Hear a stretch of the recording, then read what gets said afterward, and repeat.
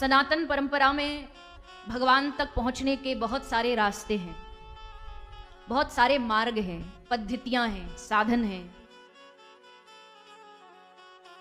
लेकिन अगर वैष्णव समाज की बात करें तो वैष्णव परंपरा में भगवान तक पहुंचने का जो सबसे श्रेष्ठ, उत्तम, सरल साधन बताया है वो है भक्ति। भक्ति मतलब भज सेवायाम, भज धातु, भगवान से अपने आप को जोड़ना। एक भक्ति होती है कोई कहे, एक भक्ति होती है कोई कहे कि भजन करो तो कर रहे हैं, और एक भक्ति होती है जो हमारे मन से, जो हमारी रुचि से पैदा होती। लाभ दोनों का ही है, खाली वो भी नहीं जाने वाली जो किसी के कहने से की जा रही है। लेकिन कोई खाने की टेबल पे बैठा हो, अभी अभी खा के आया हो, फिर भी जिसके घर वो पहुंचा है वो अतिथि के रूप में उससे बार बार कह रहा है भैया नहीं, थोड़ा तो तुमको खाना पड़ेगा। अच्छा हमारे हाथ से नहीं खाओगे? नाराज हो क्या हमसे? वो दो चार बातें ऐसी इमोशनल ब्लैकमेल करके कह देता है कि हम ना भी नहीं कर पाते। हमसे क्या नाराजगी जो हमारे हाथ से नहीं खा रहे। तो आपको लगता है चलो इसका मन रखने के लिए खा लेता हूं। आप खा तो लेते हैं, पर एक खाना होता है कि पेट भरा हो फिर भी आप किसी का मन रखने के लिए खा रहे हो, और एक भोजन वो होता है जब एकदम पेट में एकदम चूहे कूद रहे हों, कहीं से कोई भोजन मिल जाए और सामने फिर सुंदर सुंदर व्यंजन टेबल पर सजाए गए हों, भूख लगी हो तब जो भोजन किया जाता है ना, उसका स्वाद अलग होता है। एक कमाई आदमी कर रहा है, मन नहीं है कमाने का, आलस में पड़ा है, पर घर वाले कहते हैं इतने साल का हो गया, कमा धमा नहीं सकता, निठल्ला पड़ा है, जा कमा के आ। उनका मन रखने के लिए कमाने चले गए। और एक कमाई होती है कि जो दिल जान जी जान से मन से करना चाहता है व्यक्ति, उसके लिए उसको आधी रात भी जागना पड़े तो जागेगा, काम करना पड़े तो करेगा, कुछ भी दिमाग लगाएगा, बुद्धि लगाएगा और कमाने के 1000 रास्ते ढूंढे। ठीक वैसे ही एक किसी ने कह दिया कि भैया, सास ने कह दिया बहू को कि तू मेरे घर में नई नई आई है तो 2 माला करके ही तुझे भोजन पानी सब करना है, उससे पहले कोई काम नहीं। तो 2 माला करना उसके लिए क्या प्रेशर है, भारी पड़ जाएगा। 2 माला नहीं होगी तो 2 सुबह से लेके शाम तक 2 माला नहीं तो फिर ऐसा जैसा कोई रूटीन पूरा करना हो ना, जैसे कोई 2 माला नहीं, कोई 2 बाल्टी कपड़े धोने हो, ऐसा उसके मन में आ जाता है। एक भक्ति जब बोझ न लगे, भक्ति जब मजबूरी ना लगे, प्रेम करने वालों को कभी भक्ति बोझ नहीं लगती है, नियम नहीं लगती है। अब नियम है, कई लोगों का नियम होता है कि हर रविवार को वृंदावन जाना, दर्शन करना। अब उन्होंने नियम बना लिया, अब तबीयत भी खराब है, मन भी उखड़ा हुआ, फिर भी बोले चलो जाना है, मजबूरी है। और एक मिलन की उत्कंठा हो कि हाँ हाँ आज तो ठाकुर जी का दर्शन करना है, कैसे भी कुछ भी हो जाए, मन नाच रहा है, उमंग आ रही है भीतर। तो सोचो दोनों में कितना अंतर। अब कोई कहे तो जी फिर रुचि है नहीं मन में तो क्या फिर कुछ करे ही नहीं? बोले नहीं, आरंभिक स्तर पे तो मन को जबरन लगाना पड़ता है। बड़ा चतुर चंट है ये मन, बड़ा चालाक है ये मन। आरंभिक स्तर पर तो इसको धक्के दे दे करके कहा जाता है कि भैया जा, भैया जा। अब जैसे शुरू शुरू में बच्चे का थोड़ी स्कूल जाने का मन करता है, उसको धक्के दे दे के भेजते हैं कि तुमको जाना पड़ेगा। और फिर धीरे धीरे जब स्कूल जाने का उसको अभ्यास बन जाता है तो फिर एकदम वो तैयार हो करके बड़ा चाव। वैसे बच्चों को पता नहीं, स्कूल का चाव कम ही देखा है मैंने, और मुझे तो बड़ा चाव रहता था। और उसका एक कारण शायद ये भी हो सकता है, मुझे ढील बहुत मिल जाती थी स्कूल में कथा करती इस चक्कर में ना डांट पड़ती थी, ना कोई ज्यादा प्रेशर होता था, और महीने में 1 आध दिन स्कूल का मुंह देखना होता था, तो उसमें तो मजे आएंगे ही उसमें तो चाव आएगा ही। कथा से आते भले रात को 10 बजे आए, पर मुझे सुबह कल स्कूल क्योंकि 2 दिन होते थे बीच में, और उस 2 दिन में बड़ा चाव होता था। और भले 2 दिन ही जाना होता, पर स्कूल में सबसे बढ़िया क्लीन और सुंदर सबसे बढ़िया यूनिफॉर्म मेरी होती थी। इतना चमका चमका के, जैसे कोई स्कूल नहीं, कोई युद्ध लड़ने जा रहे हो। आप सोचते बड़ी हंसी आती है कि उसको घंटा भर रगड़ने से क्या हो जाता, पर चाव था। तो एक होता रुचि, एक होती है धक्का दे दे करके। कथा में भी जब तक रुचि नहीं, अब धक्का दे दे करके कोई, कई लोग मुझसे पूछते हैं जब छोटे बचपन में थे तो ऐसे दुख नहीं लगता था कि खेलना कूदना छूट रहा है, ये छूट रहा है। कथा में 7 साल की उम्र से शुरू कर दी, कभी ऐसे रोना नहीं आता था। मैं कहा रोना तो आता था, पर इसलिए नहीं आता था कि कथा क्यों हो रही है, इसलिए रोना आता था भीड़ क्यों नहीं आ रही कथा में। सच में पहले इसलिए रोना आता था कि भीड़ नहीं आई। ना समझी होती है ना, बुद्धि इतना जानती नहीं, तो एक तो चिंता ही लगी रहती थी कि भीड़ आई ज्यादा से ज्यादा। अब वो सिस्टम मन से निकल गया। अब ठाकुर जी को बस सुनानी है, कोई आए ना उससे क्या फर्क पड़ता है, पर उस समय बड़ा रहता था। और अब बाल बुद्धि तो बाल बुद्धि है ना, कथा करने लग जाओ तो कोई महात्मा थोड़ी बन जाते हो आप, बुद्धि तो बालक जैसी ही रहेगी। चौथे दिन का बड़ा इंतजार रहता था कृष्ण जन्म का। क्यों? पता था टॉफी आएंगी चॉकलेट आएगी। कथा पे ध्यान रहता था, कथा से ज्यादा वो शायद तब तो पंडित जी नहीं थे, हमारे दूसरे पंडित जी थे जब बहुत कम आयु थी, आप भी वैसे बहुत सालों से, पर जब और भी कम आयु थी तो पंडित जी को बार बार, पंडित जी चॉकलेट रख लेना, खिलौना रख लेना। तो खैर ये भगवान की कथा है, अपनी कथा सुनाने नहीं बैठे, पर रुचि नहीं होगी तो बताओ। रुचि ना होने से व्यक्ति कर तो देगा, पर उसके हृदय में जो उमंग, जो उत्साह, जो प्रेम, मैं आपको कोई लुभाने के लिए बात नहीं कह रही, पर देखो जीवन में हर किसी को लगता थोड़ा उसको आराम मिले, शरीर को आराम मिले। कभी जब बहुत लगातार व्यस्तता हो जाती है तो शरीर कभी कभी कहता है कि अब थोड़ा रुक जाओ। लेकिन अगर रुक भी जाते हैं ना, 5-10 दिन कहीं रुक भी जाते हैं, तो फिर से वो झटपटाहट शुरू हो जाती है। अब तो बहुत दिन हो गए, कुछ खाली खाली सा, खालीपन सा लग रहा है। तो वही भाव, एक भजन है कि कोई कह रहा है मजबूरी में तुमको इतना नियम करना पड़ेगा, और एक भजन की रुचि भीतर से प्रकट हो जाती है। वो रुचि पैदा करना ही इस कथा का काम है, कि आपका भजन, आपकी भक्ति बन नियम न बन के रह जाए। नियम जरूरी है, भूलना नहीं इस बात को, नियम बहुत जरूरी है। नियम नहीं होगा तो व्यक्ति को भटकने में समय नहीं लगेगा, लेकिन नियम में रस नहीं है, उसमें रस नहीं है। आप बताइए, घर में आप पर 50 नियम ठोक दिए जाए, ऐसा नहीं करना, वैसा नहीं करना, तो जेल और घर में अंतर क्या रह जाएगा? घर में व्यक्ति को रस कब मिलेगा? जब स्वतंत्र हो। घर में भी आकर के अगर उसको एकदम साहब जी बन के रहना पड़े, ये नहीं करो वो नहीं करो, तो उसको रस खत्म, नियम में ही उलझ के रह जाएगा, और नियमों में रस नहीं। रस के लिए व्यक्ति को चाहिए स्वतंत्रता, भजन में चाहिए स्वतंत्रता। हाँ, मेरा नियम है 7 से 8 माला करनी, पर आज मन कर रहा है कि मैं 7 से 8 बैठ के कीर्तन करूं या अध्ययन करूं, तो बदल दो नियम। कौन सा पाप हमें पाप के नाम से बड़ा डराया जाता है, ऐसा करोगे तो पाप लग जाएगा, ऐसा करोगे तो पाप। रस से जियो, नियम से नहीं। आरंभ में नियम ठीक है, थोड़ा थोड़ा मन को रूटीन में लाना तो ठीक है, पर उसके बाद तो फिर भगवान के लिए रस हो हृदय में। गोपी गीत पाठ करना नियम है, पर एक दिन ऐसा है जब गोपी गीत के एक ही श्लोक को पाठ करके खत्म कर दे, और बस मन वहां उस रस में चला जाए, आगे के 18 श्लोक गायब, पता ही नहीं आगे क्या बोलना है।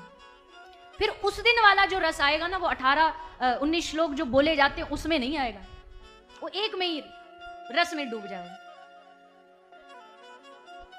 स्वाभाविक रुचि, स्वाभाविक रुचि। सनकादि ऋषियों ने यही तो कहा। 88,000 शौनक आदि ऋषियों ने सूत जी को कहा, महाराज देखो तो कलयुग कैसा आने वाला है। आदमी की रुचि स्वाभाविक सोने में है, किसी को कहना नहीं पड़ता भैया तू थक गया सो जाओ, सोएगा अपनी मस्ती में। उसकी रुचि खाने में है, स्वाभाविक सब कामों में है, पर भजन के लिए उसको बार बार प्रेशर करना पड़ता है। भागवत हमारी भगवान में रुचि स्वाभाविक जगाती है। तो श्री परीक्षित जी महाराज और श्री सुखदेव जी महाराज, इनकी कथा को आरंभ आज हम करेंगे, जहां से श्री सुखदेव जी ने जहां से श्री सुखदेव जी महाराज ने श्रीमद् भागवत कथा को गाना आरंभ किया। देखो, राजा परीक्षित ने सोचा कि 7वें दिन तो मरने ही वाला हूं, पर ये मन में विचार लाए कि 7वें दिन नहीं, समझो मैं आज ही मर गया, छोड़ना तो है ही 7 दिन बाद सब, तो क्यों ना आज ही छोड़ दूं। आज ही संतों की शरण में जाकर के अपने इस जीवन को सोचो, आज ही मर गया तू, और अब 7 दिन बस संतों के सानिध्य में, संतों के केवल आश्रय में बैठने मात्र से हमारे विचारों में परिवर्तन हो जाता है। एक कथा कहीं मेरे पढ़ने में आई, एक कोई वैश्या थी, उस वैश्या का एक बगीचा था, तो वैश्या का काम है अपने शरीर को बेचना, और वो करती थी नियम से। एक दिन क्या अचानक से उसको क्या हुआ कि उसका मन बदल गया, उसने कुछ किया नहीं, कुछ सुना नहीं, कहीं गई नहीं, फिर मन बदल गया कि नहीं नहीं, राम राम राम, ये सब मुझे नहीं करना, आज से खत्म। पर फिर वो मन में सोचती है, ऐसा हुआ क्या जो मेरा मन अचानक से बदल गया, मैंने तो कुछ किया नहीं। उसने पता लगाया तो पता चला कि उस वैश्या का जो बगीचा था, उस बगीचे में उस रात बहुत सारे साधु रुकने आए, साधु उस बगीचे में रुके, और बड़ा सबको आनंद आया कि भैया बड़ा सुंदर ये स्थान हमारा रुकना हुआ। अनजाने में उसके हाथों से साधु सेवा हो गई, और साधु सेवा होते ही मन बदल गया। देखो, अनजाने में किया गया संत सानिध्य अगर मन बदल सकता है, तो अगर रुचि से, दिल से साधु सेवा और साधु सानिध्य करोगे तो सोचो कितना परिवर्तन आ जाएगा। संत सानिध्य में आ गए श्री परीक्षित राजा, और फिर आ गए सुखदेव जी, बिन न्योता, बिन निमंत्रण। एक बड़ा सुंदर आगमन होता है जब बिन न्योता आया जाए। न्योते में तो सब आ ही जाते हैं, निमंत्रण में तो सब आ ही जाते हैं, भैया न्योता दिया जाना पड़ेगा। पर जब कोई बिना न्योता आ जाए ना, तो समझ लेना ये अब भगवान की आप पर सीधी कृपा बरस रही है। न्योते से साधु घर आए तो ये कृपा है, पर अगर बिन निमंत्रण के साधु घर आ जाए ना, तो ये भगवान की परम कृपा है, अति कृपा है। न्योता नहीं देना पड़ा, सुखदेव जी खुद चल करके आ गए। गुरु के पास नहीं जाना पड़ता है। क्या होता है ना, जब शिष्य में श्रद्धा उमड़ती है, ध्यान से सुना, जब शिष्य में श्रद्धा उमड़ती है और जब गुरु में करुणा उमड़ती है, तब दोनों का मिलन होता है। श्रद्धा और करुणा का मिलन ही गुरु और शिष्य का मिलन है। शिष्य को चाहिए श्रद्धा मन में प्रकट करे, और जब उसके हृदय में श्रद्धा प्रकट होगी तो उधर से गुरु की करुणा बहेगी, और दोनों धारा आपस में मिल करके फिर प्रेम का अथाह सागर बन जाती है। शिष्य बनना कोई आसान काम नहीं है, कोई हंसी मजाक नहीं है। जितनी बड़ी पदवी गुरु की होती है ना, उतनी बड़ी पदवी शिष्य की भी होती है। अगर उसने अपने, जब शिष्य अगर कोई पाप कर लेगा ना और भगवान के पास जाएगा, और जब भगवान के पास जब उसकी क्लास लगेगी ना, तो उससे पूछने से पहले भगवान बोलेंगे पहले इसके गुरु को बुलाओ, इसके गुरु ने इसकी सेवा ली और फिर भी इससे पाप नहीं छुड़वाया, बुलाओ इसके गुरु जी को। वहां पहले क्लास गुरु जी की लगेगी, बाद में चेला जी की लगेगी।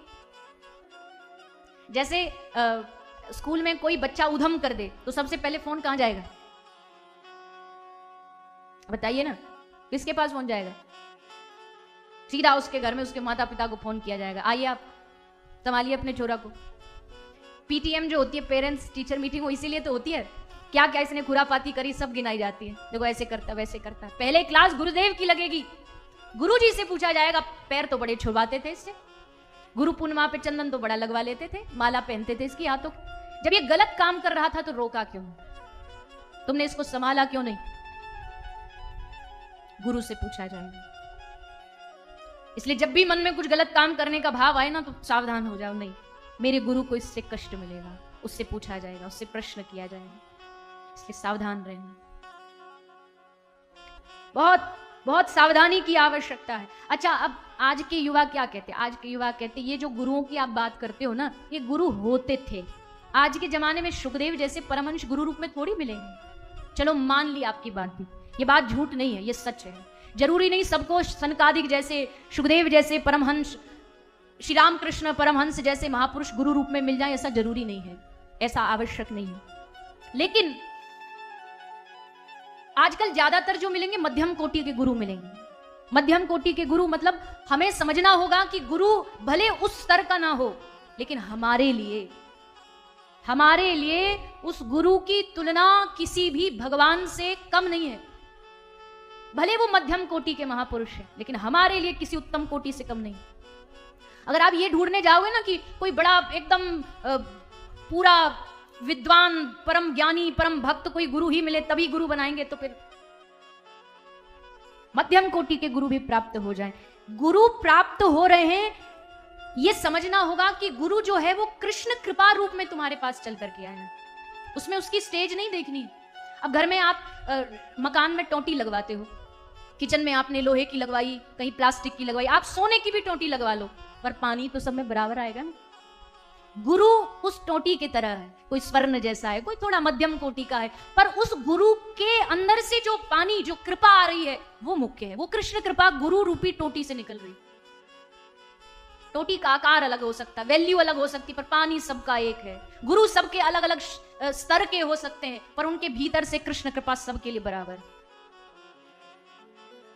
इसलिए भेदभाव कभी मन में आ भी जाए गुरु के प्रति, देखो भाई जीव है संसार में, जीव मनुष्य है, गुरु भी, तो कहीं ना कहीं थोड़ा ऊंच नीच तो दिखने में आ ही जाता है, और उससे अपने भीतर हीन भाव नहीं लाना चाहिए कभी भी। गुरु अपराध, गुरु निंदा, कह रहे हैं कि हरिहर निंदा सुने ही जे काना, पाप लगे गौघात समान। गुरु की कहीं निंदा भी हो रही ना, तुम बैठे भी हो कान से सुन भी रहे हो, तो गौ हत्या बराबर पाप है। या तो सामर्थ्य है तो उत्तर दो, और अगर सामर्थ्य नहीं है तो उत्तर भी मत दो, उठ करके चले जाओ, लेकिन गुरु निंदा कभी नहीं सुननी।